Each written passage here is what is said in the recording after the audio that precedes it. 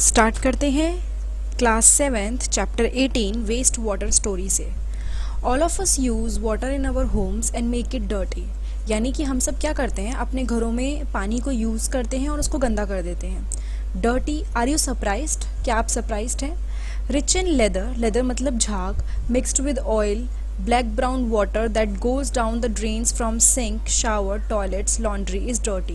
यानी कि जो भी पानी होता है कहीं से भी आया हुआ हो, चाहे वो सिंक से आए, शावर से आए, यानी कि जो नहाते हुए टाइम शावर यूज़ होता है, चाहे टॉयलेट से आए, चाहे लॉन्ड्री से आए, कहीं से भी आए, वो बहुत ही डर्टी होता है, गंदा होता है।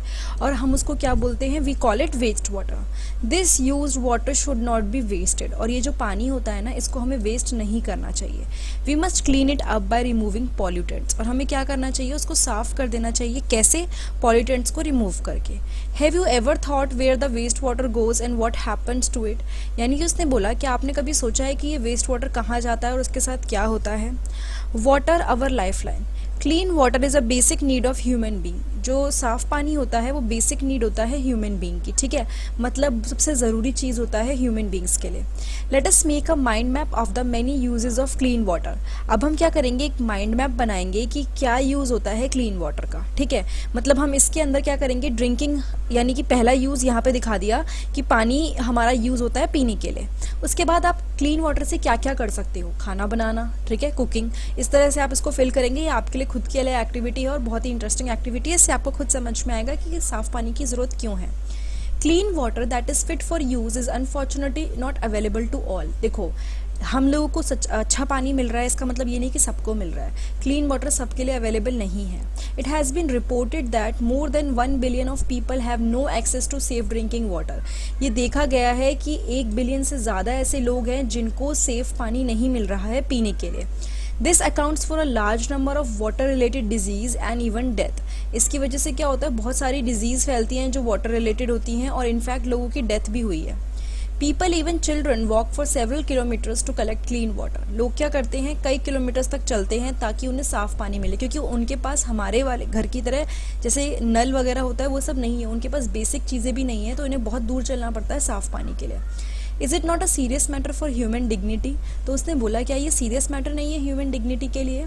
मतलब लोगों के लिए, जो किसी के लिए एक बहुत छोटी सी बात है पानी मिलना, किसी को उसके लिए इतना चलना पड़ता है। You have studied in chapter 16 about the increasing scarcity of fresh water due to population growth। आपने देखा होगा, आपने पढ़ा भी है 16 चैप्टर में कि इतने लोगों की पॉपुलेशन बढ़ चुकी है। पॉपुलेशन ग्रोथ की वजह से क्या हो रहा है?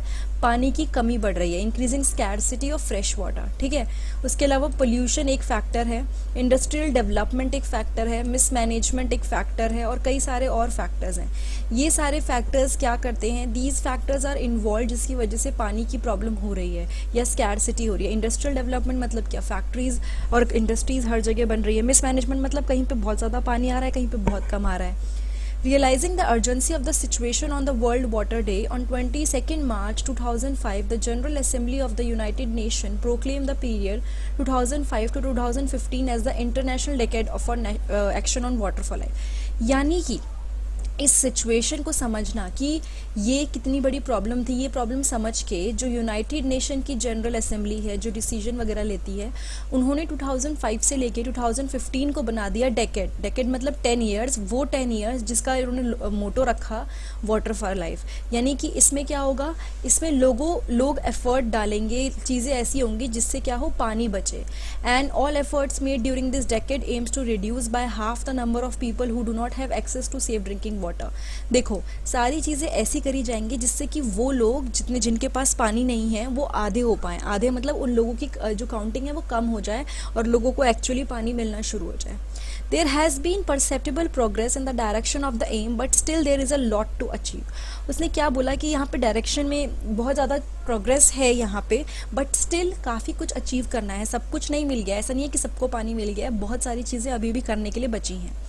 Cleaning of water is a process of removing pollutant before it enters a water body or is reused। देखो, यानी कि पानी की क्लीनिंग से मतलब क्या है कि आप सारे पॉल्यूटेंट जो भी उसको गंदा कर रहे हैं उसको रिमूव कर दो इससे पहले कि वो किसी वाटर बॉडी में एंटर करे, ठीक है? This process of waste water treatment is commonly known as sewage treatment. जब हम इस गंदे पानी को ट्रीट करके साफ़ बनाते हैं या कुछ भी ऐसा करते हैं जिससे वो साफ़ हो, इसको हम सूवेज ट्रीटमेंट बोलते हैं, ठीक है? ये कई स्टेजेस में काम करता है। नाउ अब ये जानना है कि सीवेज होता क्या है। Sewage is a waste water released by homes, industries, hospitals, offices and other users. यानी सीवेज क्या है? ये एक वेस्ट वाटर है जो रिलीज हो रहा है घरों से, ठीक है, इंडस्ट्री से, हॉस्पिटल से, ऑफिस से और कई दूसरे यूज़र्स से जो इस वेस्ट वाटर को प्रोड्यूस कर रहे हैं। It also include rain water that has run down the street during a storm और हैवी रेन। इसके अंदर वो रेन वाटर भी आता है जो काफ़ी ज़्यादा स्ट्रीट पे चला है किसी स्टॉर्म के टाइम पे या फिर हैवी रेन के टाइम पे। The water that washes off roads and roof top carry harmful substances with it. यानी कि वो पानी जो रोड से और रूफ टॉप से निकल के आता है, जैसे कि समझ लीजिए आपके घर की छत है, वहाँ से पानी अगर निकल के आ रहा है तो वो साफ़ तो नहीं होगा ना, क्योंकि ऑलरेडी वहाँ पे कितनी गंदगी पड़ी होगी। Sewage is a liquid waste. Sewage क्या होता है? अगर ध्यान दिया जाए, हम सीवेज को एक ही तरह का मानते हैं, बट सीवेज एक लिक्विड वेस्ट होता है जिसके अंदर पानी बहुत गंदा होता है। Most of it is water which has dissolve any suspended impurities. इसमें से क्या है? मोस्टली क्या है? पानी है। विच हैज़ यानी कि पानी के अंदर कई सारी डिजॉल्व एंड सस्पेंडेड इम्प्योरिटीज़ है, गंदगी मिली हुई है। Locate an open drain near your home, school or on the roadside and inspect water flowing through it। यानी कि अपने घर के आसपास एक ओपन ड्रेन जो खुली हुई जो होती है ना, जहाँ पे पानी वगैरह जाता है, वो देखिए, लोकेट कीजिए, उसका कलर ऑब्जर्व कीजिए, उसकी ऑर्डर आप यानी कि जो उसमें से स्मेल आती है उसको ऑब्जर्व करना है। अपने दोस्तों के साथ आप डिस्कस कीजिए या फिर अपने टीचर्स के साथ डिस्कस कीजिए। We know that sewage is a complex mixture containing suspended solid. हमें पता है कि जो सीवेज है वो एक कॉम्प्लेक्स मिक्सचर है जिसमें कई सारे सॉलिड मिक्सड हैं, ठीक है। अब वो ऑर्गेनिक वेस्ट भी हो सकता है, इनऑर्गेनिक इम्प्योरिटीज़ भी हो सकता है, न्यूट्रिएंट्स भी हो सकता है, सेप्रोफाइट्स भी हो सकते हैं। सेप्रोफाइट्स हमने चैप्टर 1 में पढ़ा था। सेप्रोफाइट्स क्या होते हैं? जो डेड और डिकेइंग किसी भी चीज़ों पे उग रहे होते हैं, वो वहाँ से फीड करते हैं अपने आप को, ठीक है। कई सारे डिजीज़ कॉजिंग बैक्टीरिया भी हो सकते हैं और कई माइक्रोब्स भी हो सकते हैं, बहुत सारी चीज़ें होने के चांसेस हैं। दीज इंक्लूड द फॉलोइंग, जिसमें ऑर्गेनिक इम्प्योरिटीज़ में आते हैं ह्यूमन फीसिस, यानी ह्यूमन का एक्सक्रीटा जो ह्यूमन का वेस्ट होता है, एनिमल का जो वेस्ट होता है वो इसके अंदर आता है, oil, urea, pesticides, herbicide. Pesticides मतलब जो आप जानवरों को, जैसे आपकी फसलों पे आप डालते हो पेस्ट को मारने के लिए, कीड़े मकोड़ों को। हर्बिसाइड मतलब किसी पर्टिकुलर, आपको अगर प्लांट बहुत सारे उग रहे हैं उसमें से एक है जो आप नहीं चाहते, उसको किल करने के लिए जो उगता है। फ्रूट एंड वेजिटेबल वेस्ट, ये सब कुछ ऑर्गेनिक के अंदर आता है, ठीक है। इनऑर्गेनिक में क्या क्या आता है? Nitrate, phosphate and metals.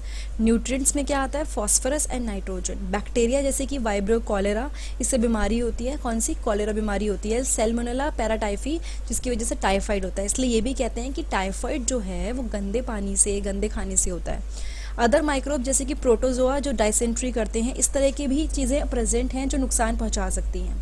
Water freshens up an eventful journey, in a home और a public building generally one set of pipe brings clean water and another set of pipes take away waste water. देखो, उसने एक mechanism समझाया कि हर घर के, हर mostly building में क्या होता है, एक सेट है पाइप का जो क्या करेगा? साफ पानी लाएगा, दूसरा है जो उस पानी को लेके चला जाएगा। Imagine that we could see through the ground, we could see a network of big and small pipes। अब आप सोचो कि अगर हम ग्राउंड के नीचे देख पाएँ, लाइक ये नहीं कि ग्राउंड को देख पाएँ, जो भी उसके नीचे पाइप्स जा रहे हैं हम उनको देख पाएँ। We would see a network of big and small pipes. तो अगर हम उसके नीचे देख पाएँ तो हम देखेंगे कि कितने सारे बड़े और कितने सारे छोटे पाइप्स हैं जो प्रेजेंट हैं, जिसको हम बोलते हैं सीवर्स, ठीक है। इसको हम सीवर्स बोलते हैं, जो forming a sewerage. It is like a transport system that carry sewage from point of being produce to the point of disposal. यानी ये क्या है? ये एक तरह से ट्रांसपोर्ट सिस्टम है, ये जो सीवेज को लेके जा रहा है जहाँ से वो प्रोड्यूस हो रहा है और जहाँ तक उसको लेके जाना है, यानी कि ट्रीटमेंट प्लांट तक। यानी कि फॉर एग्जांपल यहाँ पे सीवेज इकट्ठा हुआ, यहाँ से पाइप लेके जाएगा जो यहाँ पे पूरा आपका सीवेज सिस्टम है वहाँ तक, तो इसको हम पूरे को उसने क्या बोल दिया? सीवरेज बोल दिया। नाउ इसको एक बार मैं रब कर देती हूँ, फिर हम स्टार्ट करते हैं। Now we will start next. Manholes are located at every 50 metre to 60 metre in the sewerage. Manholes locate होते हैं 50 से लेके 60 मीटर तक इस sewerage में at the junction of 2 or more sewer and at point where there is a change in direction।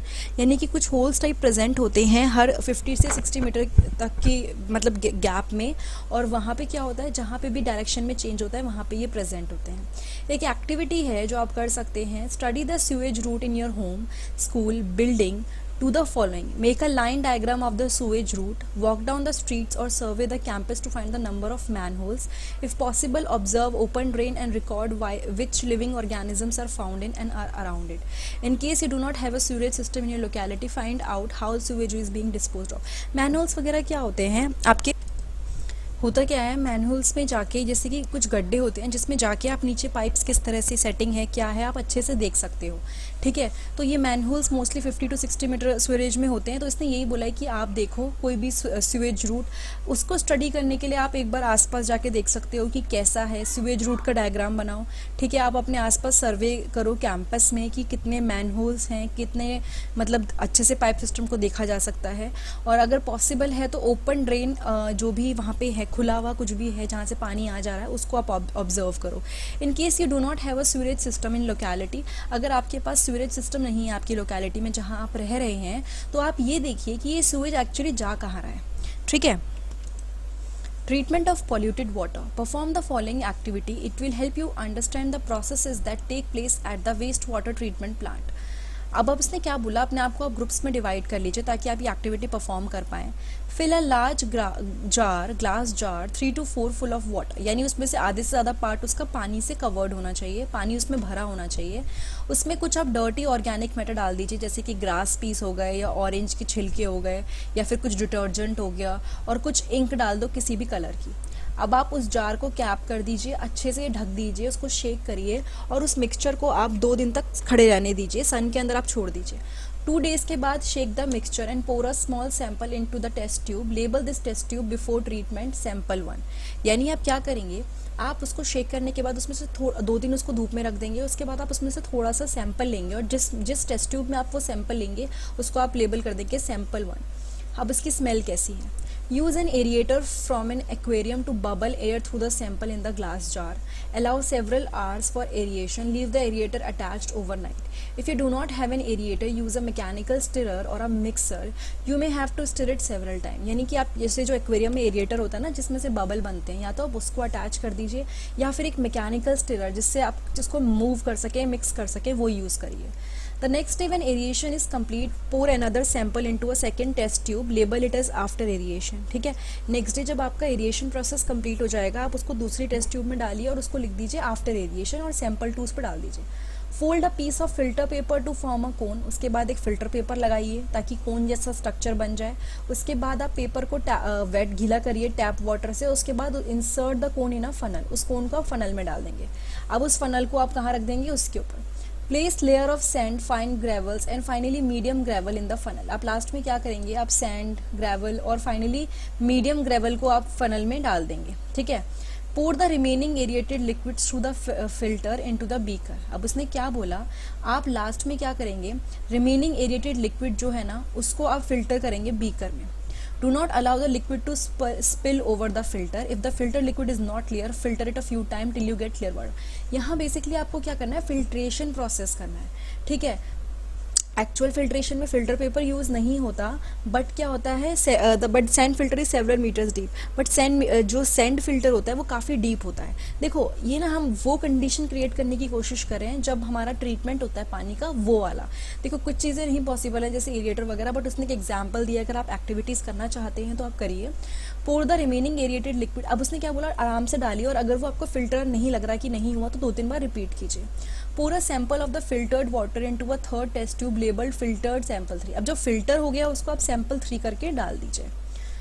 Pour another sample of the filtered water into a fourth test tube. अब उसके अंदर आप एक chlorine की tablet डालेंगे, ठीक है। आप उसको मिक्स करेंगे जब तक पानी साफ ना हो जाए, उसको फिर आप डाल देंगे chlorinated sample 4। Observe carefully the samples in all the test tube, do not test just smell them. अब आप इन सबको ऑब्जर्व करेंगे। देखो वो कह रहा है कि इसको टेस्ट नहीं करना पानी को, अगर आपको पानी साफ भी लग रहा है तो। देखो पहले वाले में आपने सिर्फ सिंपल पानी लिया, ठीक है, जो ट्रीटमेंट से पहले का था। पहले में आपने सैंपल 1 लिया था बिफोर ट्रीटमेंट, दूसरे में आपने उसको एरिएशन के बाद रखा, थर्ड सैंपल को आपने फिल्टर्ड फॉर्म में रखा, फोर्थ को आपने क्लोरिनेटेड फॉर्म में रखा। उसके बाद आप सबको ऑब्जर्व करेंगे। उसने बोला है कि टेस्ट नहीं करना है, ऑब्वियसली सिर्फ स्मेल करना है और देखना है। Now answer the following questions. What changes did you observe in the appearance of the liquid after aeration? यानी कि एरिएशन करने के बाद क्या चेंजेस आपको दिखे, क्या एरिएशन की वजह से ऑर्डर जो उसकी स्मेल थी उसमें चेंज आया, और उसमें बोला कि what was removed by the sand filter, sand filter से क्या रिमूव हुआ, क्लोरीन से कलर रिमूव हुआ कि नहीं हुआ, did chlorine have an order, यानी कि जो क्लोरीन होता है उसकी ऑर्डर होती है, was it worse than that of waste water, क्या वो जो आपका वेस्ट वाटर है उससे बुरी स्मेल थी। उसके बाद यहाँ पे हम पढ़ने वाले हैं नेक्स्ट पार्ट में waste water treatment plant. But ये था part 1 waste water story chapter 18 class 7th science का। अगर ये वीडियो आपको अच्छी लगी है तो प्लीज़ लाइक कमेंट सब्सक्राइब और शेयर करना मत भूलिएगा। और अगर आपको 7th साइंस के या 7th ज्योग्राफी के या और चैप्टर्स देखने हैं तो आप डिस्क्रिप्शन बॉक्स में आपको लिंक दिए हुए हैं, आप वो प्लेलिस्ट खोल के आपको सारे चैप्टर्स मिल जाएंगे। Thank you so much.